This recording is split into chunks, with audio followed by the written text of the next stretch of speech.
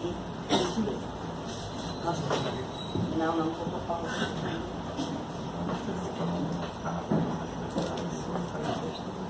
Você prefere ficar aqui? Tudo bem. Então tá bom.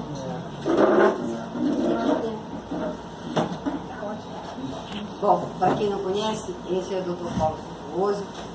Ele é oncologista, é um médico, né, oncologista. Ele ingressou no Espiritismo em 1978, lá no Frei Luís, trabalha no Frei Luís. Durante muitos anos ele trabalhou junto com materialização. Ele ainda trabalha em materialização de trabalho? No momento não está ocorrendo. Não, né? No momento não. Uhum. Mas com outros fenômenos mediúnicos e já realizou palestras no Brasil, no exterior, e escreveu 4 livros. E os 4 livros estão aqui para aqueles que queiram depois comprar. A Face Oculta da Medicina, Espíritos Decaídos Materializados, Reflexões Espiritualistas e Científicas de um Médico e Alienígenas ou Médicos? A pergunta. Então hoje nós vamos escutá-lo com muito carinho. Ele vai nos falar sobre A Face Oculta da Medicina, é um dos livros dele, ok? Então vamos ouvir. A casa é sua, seja bem-vindo. Essa casa sempre será sua. Já tem muitos anos que nós não nos vemos, mas 20 anos? Nossa, mas a casa é sua e será sempre, viu? Seja muito bem-vindo. Bem, em primeiro lugar, o nosso agradecimento pelo honroso convite, para que nós estivéssemos aqui trazendo algumas das nossas experiências diretas, né? E o Lar Frei Luís é uma instituição kardecista, hoje localizada em Jacarepaguá. Estão tendo reunião lá agora, mas o compromisso aqui também era importante. Estamos interligados nas 2 casas, o Lar Frei Luís e essa casa aqui. Bem, esse título é um título de um livro que foi lançado em 2014. Depois que esse livro foi lançado, a minha vida virou pelo avesso. Eu fui sendo colocado à frente de alguns fenômenos extremamente intrigantes. Logo saí dos bancos da universidade, em 1978. E aí eu tive que tomar uma decisão.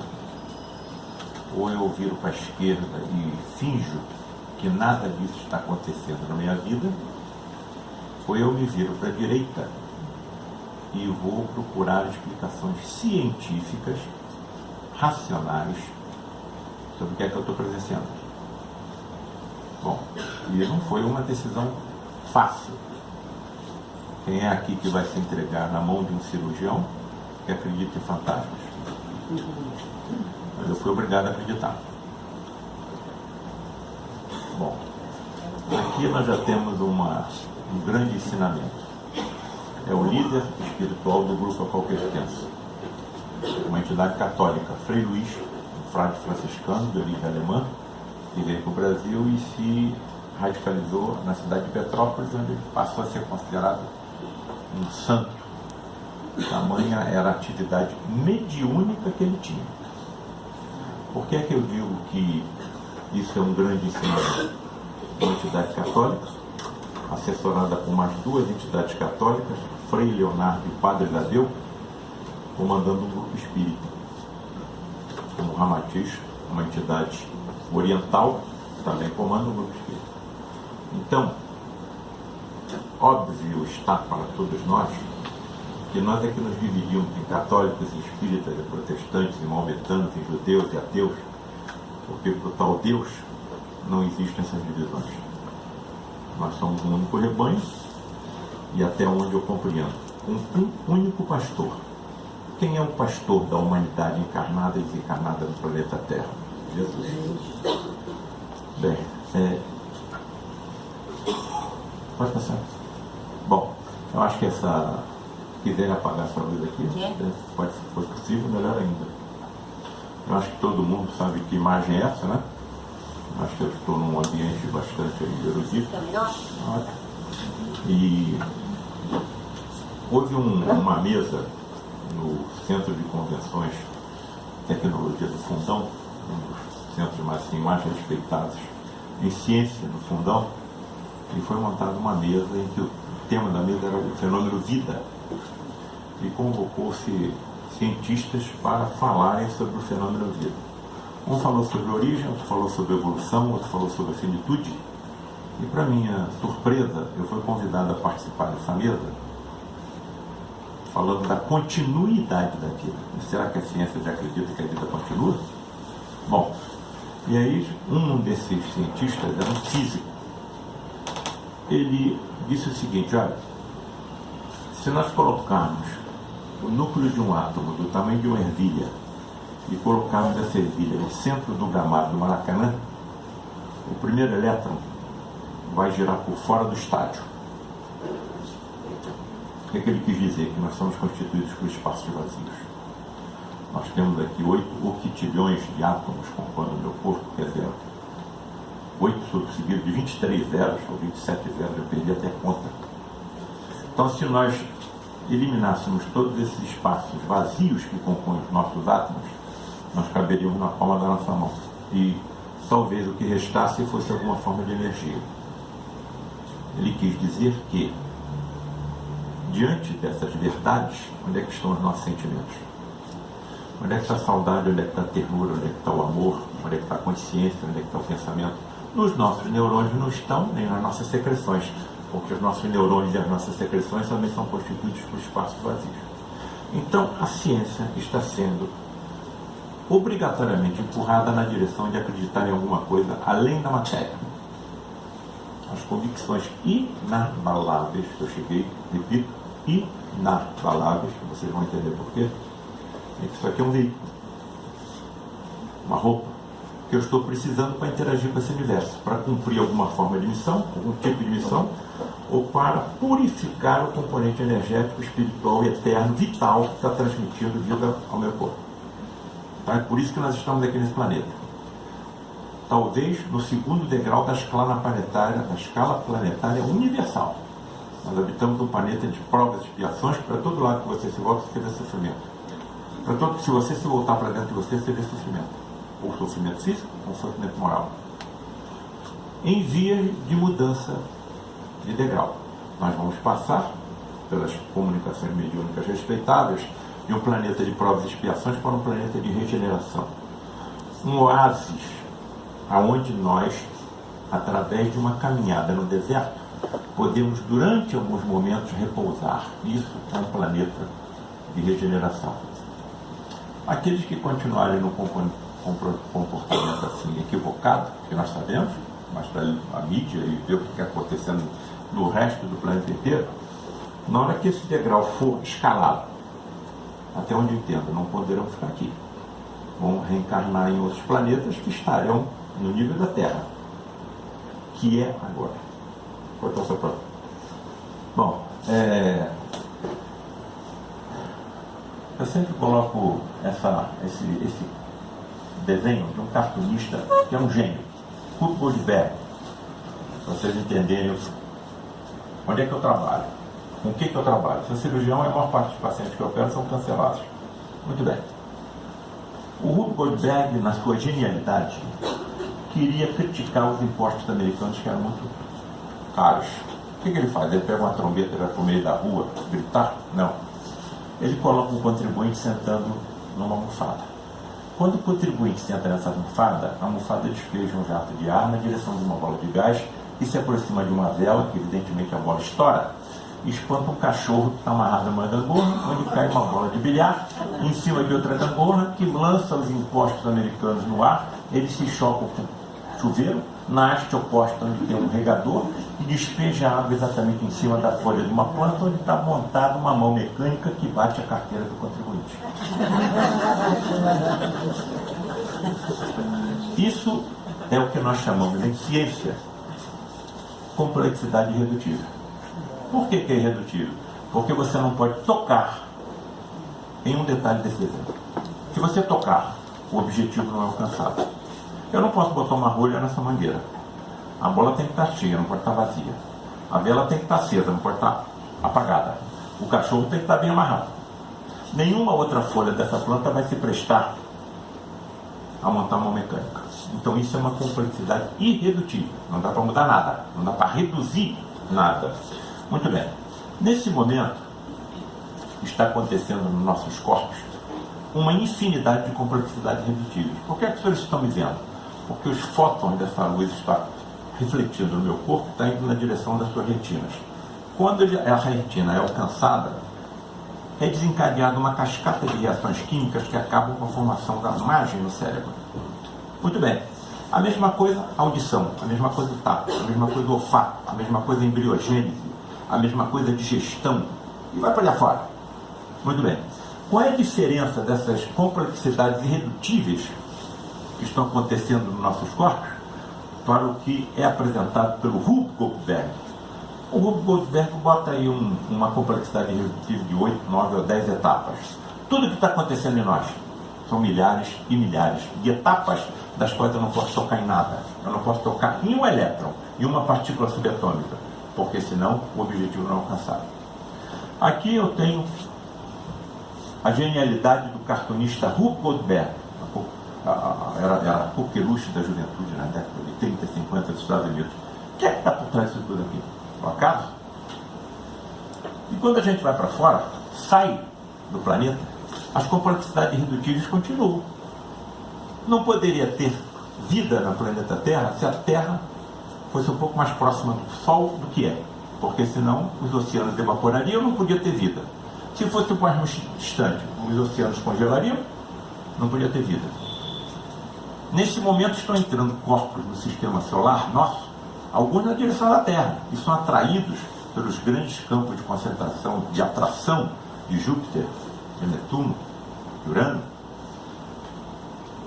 e evitam que o planeta Terra seja destruído. Tudo isso é exemplo de complexidade redutível. Então, quer dizer, não dá. Acaso para mim não existe. Acaso para mim não existe. Vamos passar ao próximo. Bem, aí a pergunta é fatal. Toda vez que eu faço essa apresentação num ambiente erudito, principalmente científico, escuta aqui, se existe um planejamento inteligente para a vida, por que é que nós adoecemos? Que planeta, que planejamento ultra evoluído, ultra inteligente, perfeito, infinitamente perfeito é esse, que permite então que nós adoecemos? Bom, nós estamos numa encruzilhada. Quem é que está constituído essa encruzilhada? As religiões e a ciência. As religiões estão me levando até a morte. Não roubem, não matem, não prestem falso testemunho, e conseguiram me convencer que a partir do fenômeno natural da morte eu vou continuar vivendo. Muito bem, todas as religiões são importantes, mas à medida que você vai subindo na sua escala intelectual, você vai querendo mais respostas. Muito bem, vou continuar vivendo depois da morte. Quem é que vai me sustentar? Onde é que eu vou morar? Que espécie de campo eu vou ter? Eu vou precisar de algum alimento? Crianças continuam crescendo? Idosos rejuvenescem? Cego volta a enxergar? Paralítico volta a andar? Nós não sabemos nada. Muito bem. Quando você vai para a ciência, tudo é obra do acaso. A vida é obra do acaso, as doenças são obras do acaso que acontecem azarados. O câncer acontece no azarado. Muito bem. Então você está aqui, ó. Alguém vai ter que voltar do lado de lá para me explicar o que está acontecendo. Aí que começou a minha angústia. Não é possível. Se tudo isso tem um planejamento, eu quero explicações por que é que existe tanto sofrimento na Terra. Principalmente na área que eu trabalho. 50% da humanidade vai ter câncer. Pode se manifestar clinicamente ou não. Que planejamento é esse? 50% da humanidade vai ter câncer? Você pode ter câncer e não se manifestar clinicamente. Muito bem. Alguém vai ter que voltar do lado de lá. Próximo. Bom, e se alguém retornasse do túmulo com essas revelações? Eu tenho duas possibilidades. Ressurreição ou materialização? Vou explicar o que é uma materialização. Próximo. Bom, todo mundo sabe quem é, né? O nosso amigo aí foi chicoteado numa quinta-feira quase até a morte. Depois pegaram uma coroa de espinhos e enterraram na cabeça dele. Não satisfeitos, pregaram ele numa cruz. Não satisfeitos, pegaram uma lança e atravessaram o tórax dele pela direita. Não satisfeitos, ainda colocaram ele numa gruta hermeticamente fechada durante 3 dias. ele aparece vivo, com todo o seu corpo reconstruído. Aqui está uma das razões que afastam a ciência das religiões. Os médicos das religiões, por exemplo, a classe em que eu pertenço. Como é que isso pode acontecer? Se não existe milagres, eu não acredito em milagres. Aliás, hoje eu fiz um milagre. Fui operar um paciente num hospital moderno e quando cheguei no centro cirúrgico, eu não toquei, na hora que fui lavar minhas mãos e meus braços, em nada. Eu passei a minha mão em frente a uma célula fotoelétrica e sem que eu tocasse nada, a água saiu da torneira. Se eu tivesse uma criança ou um selvagem ao meu lado, ele vai achar que eu fiz um milagre. O que existem são leis físicas, químicas e biológicas que a nossa ciência ainda não alcançou. E ele conhecia. Ele conhecia. A ciência tem a humildade de reconhecer que só conhece o que se passa em 4% no universo. Em 96% do que acontece no universo, a ciência não sabe. Então, a ressurreição não dá. Não dá para me acreditar. Então vamos procurar um plano B. A tal materialização. Pode passar. Se eu tivesse uma parede maior do que essa, uma tela maior do que essa, eu ia colocar um número maior de grandes cientistas da história da humanidade. Coloquei alguns. Pegar um Camille Flammarion, o maior astrônomo da França. César Lombroso, pai da medicina forense, medicina judicial. Alfred Russel Wallace, elaborador da teoria da evolução junto com Charles Darwin. Só tem fera. E nesse grupo eu coloquei Luiz da Rocha Lima, o presidente do Frei Luiz, quando eu cheguei. O maior homem que eu conheci na vida, Luiz da Rocha Lima, químico industrial, fundador do Lar Frei Luiz. Muito bem, pode passar o próximo. Desse grupo, eu vou tirar 3. Alex Carrel, Charles Michel e William Crookes. Prêmio Nobel de Medicina. Foi ele que descobriu as respostas ou as substâncias anticoagulantes. Graças ao trabalho desse homem, milhares de vidas estão sendo salvas nesse momento. Graças ao trabalho dele, pode haver transplante de órgão, pode ser transfusão sanguínea. Então, milhares de vidas estão sendo salvas graças ao trabalho desse homem. Por isso, ele ganhou o Prêmio Nobel de Medicina. Charles Richer, Prêmio Nobel de Medicina e Fisiologia. Por quê? Foi ele que descobriu a resposta anafilática. Graças ao trabalho desse homem, milhares de vidas estão sendo salvas nesse momento. William Crookes, um dos maiores cientistas da história da humanidade, descobridor dos raios catódicos, do elemento tálio. Nós temos hoje GPS, televisão, graças ao trabalho desse homem. O que esses grandes cientistas apresentam como denominador comum? Todos eles estudaram, colocaram o seu nome, a sua profissão, a sua família, o seu trabalho em jogo, estudando indivíduos extremamente raros em toda a história da humanidade, chamados médiums de efeitos físicos. O que é um médium de efeito físico? Indivíduos que entram num transe mediúnico com muita facilidade, desmaiam. E quando estão nesse estado, começam a expelir pelos orifícios naturais do corpo, principalmente nariz, boca e ouvido, poros, um fluido energético que a nossa ciência ainda não conhece e que está em todos nós. E foi batizado com o nome de ectoplasma por Charles Richer. Com esse fluido, um espírito desencarnado pode, durante alguns momentos, constituir um corpo semelhante ao que ele tinha. Se eu tivesse um espírito materializado aqui, todos que estão aqui o veriam. Se ele falasse alguma coisa, todos que estão aqui o veriam. Se ele exalasse algum odor, todos que estão aqui perceberiam. Ele está materializado durante alguns momentos no nosso universo. Fenômenos extremamente raros e com uma série de exigências científicas. Por exemplo, o fenômeno tem que ocorrer na escuridão, porque os fótons da luz artificial e os fótons da luz natural afetam o ectoplasma e o médium quando estão nesse trânsito. Se eu estou na escuridão, como é que eu vejo um espírito materializado? Porque quando ele sai da cabine onde está o médium em trânsito, ele sai com o seu corpo iluminado, luminescente. Então nós o vemos. Outra exigência, a não ingestão de carne, porque quando nós abatemos o boi, o porco, a ave, fluidos negativos impregnam a carne daquele animal. E quando nós ingerimos aquelas substâncias, aqueles fluidos de sofrimento, e que penetram no nosso ectoplasma. Quando eu estou numa reunião dessa, eu também estou doando ectoplasma. 70% vem do médium, os outros 30% da assistência que acompanha o médium e da natureza em volta do santuário. Outra exigência: pensamento. O ectoplasma é sensível ao próprio pensamento.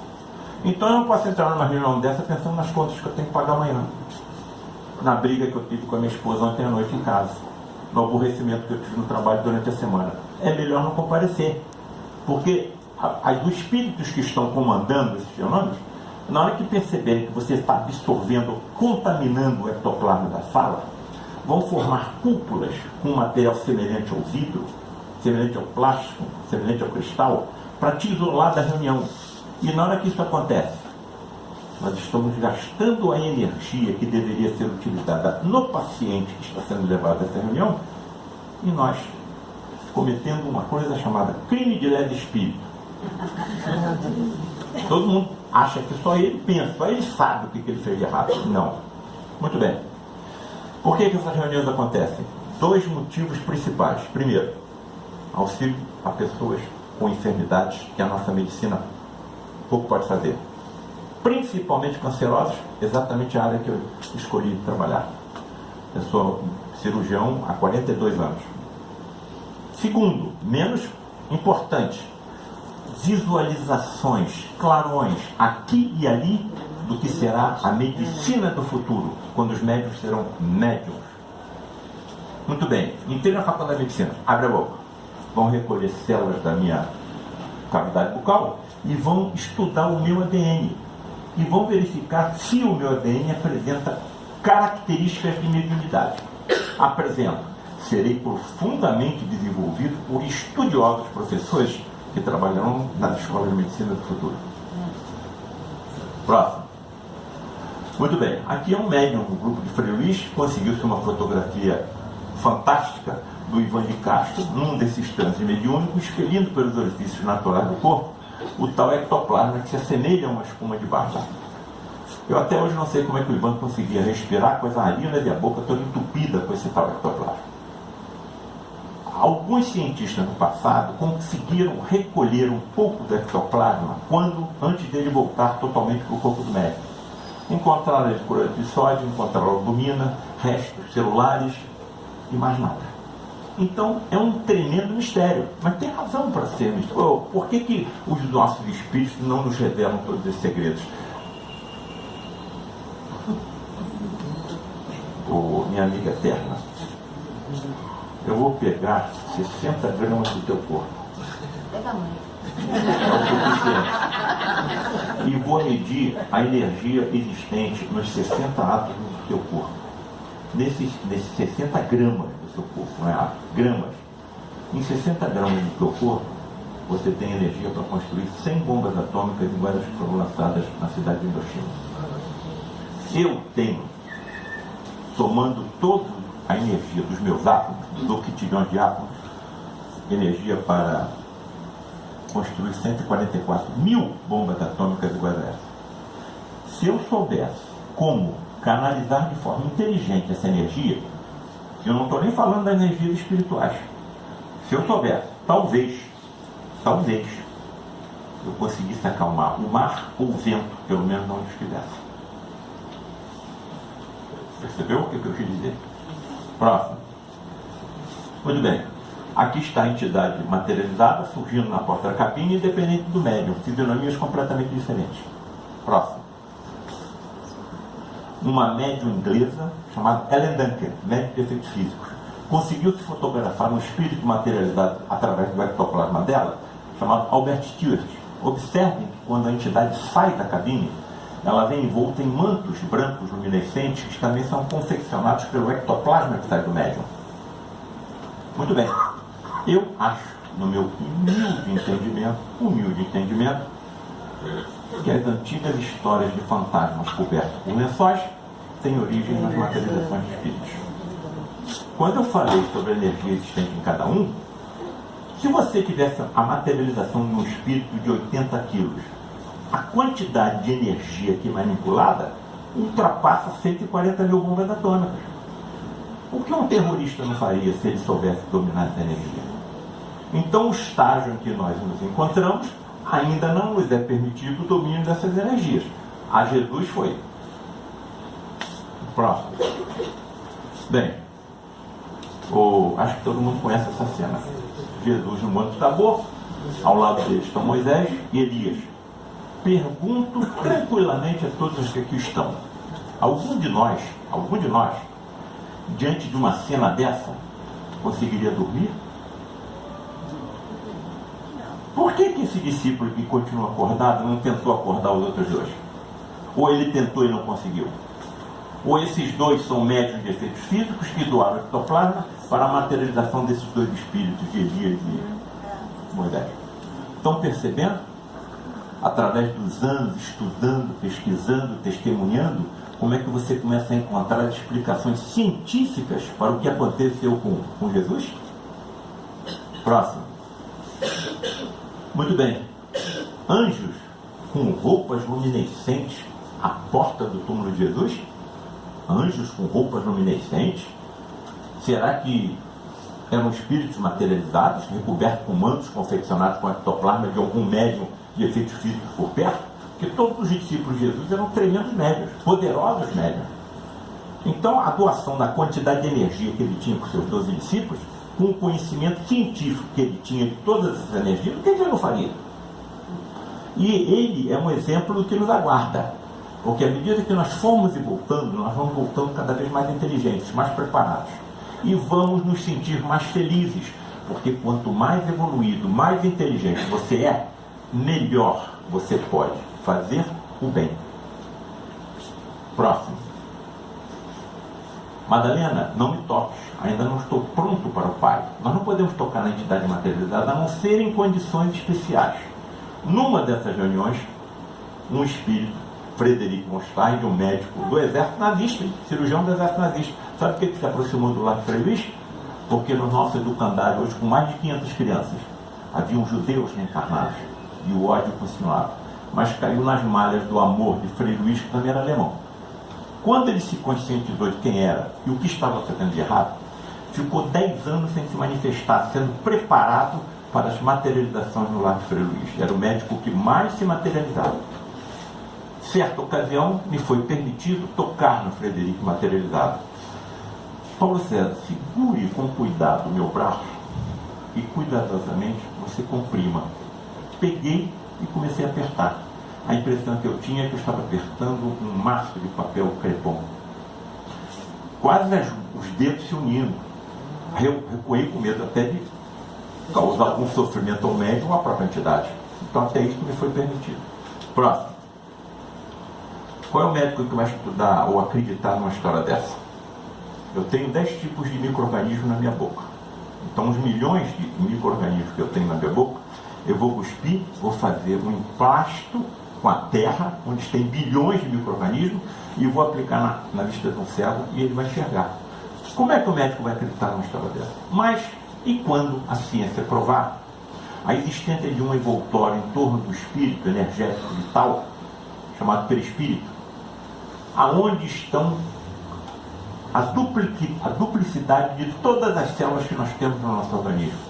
Cada célula do nosso organismo é moldado, é formado através do ectoplasma, através do perispírito. Se eu soubesse como reconstituir algumas células perdidas do meu corpo ou de algum paciente a partir do perispírito, muito bem, talvez o que os discípulos viram sair da boca de Jesus não tenha sido saliva, porque o ectoplasma sai principalmente pela cavidade bucal. Observem a fotografia que eu mostraria agora. Próximo. O médium Gilberto Arruda, assassinado no dia 19 de junho de 2015. Desde que ele foi assassinado, nós não tivemos mais reunião de materialização de Frei Luís. Atendendo com o Frederic super incorporado nele, entendo a super incorporação como um estágio superior à encarnação. Quando o espírito está super incorporado ou encarnado no médium, o médium nada percebe e depois nada se lembra. E com o Frederic super incorporado no Gilberto, foi conseguida uma fotografia no escuro com filme infravermelho com ectoplasma saindo da boca do Gilberto. E se isso acontecesse há 2000 anos? Perceberam? O que eu cheguei? Chegou um ponto que eu fiquei tão esmagado com as evidências que estavam sendo colocadas no meu caminho, que eu resolvi escrever livro. Se eu botar o livro, primeiro para a classe médica saber que nenhum deles está sozinho. Nenhum deles está sozinho. Nem os que não acreditam nisso. Doutor Rocha Lima, você não acha que eu tenho que conversar com meus colegas médicos sobre o que eu estou aprendendo aqui no Lago Frei Luís? Aí ele perguntou, por quê? Doutor Rocha Lima, trabalha até exaustão, estudam dia e noite, ensinam tudo que sabem aos mais jovens, ainda encontram tempo para cuidar da família e não acreditam em nada. Resposta dele, não mexa com nenhum deles, porque eles estão na sua frente. Como estão na minha frente? Não precisam de religiões nem de orações. A vida de cada um já é uma prece contínua. É mais importante a conduta do que a crença. Próximo. Bem, convido agora os que estão a 4 reflexões. Primeira, e se algum médico estivesse presente em alguma dessas reuniões?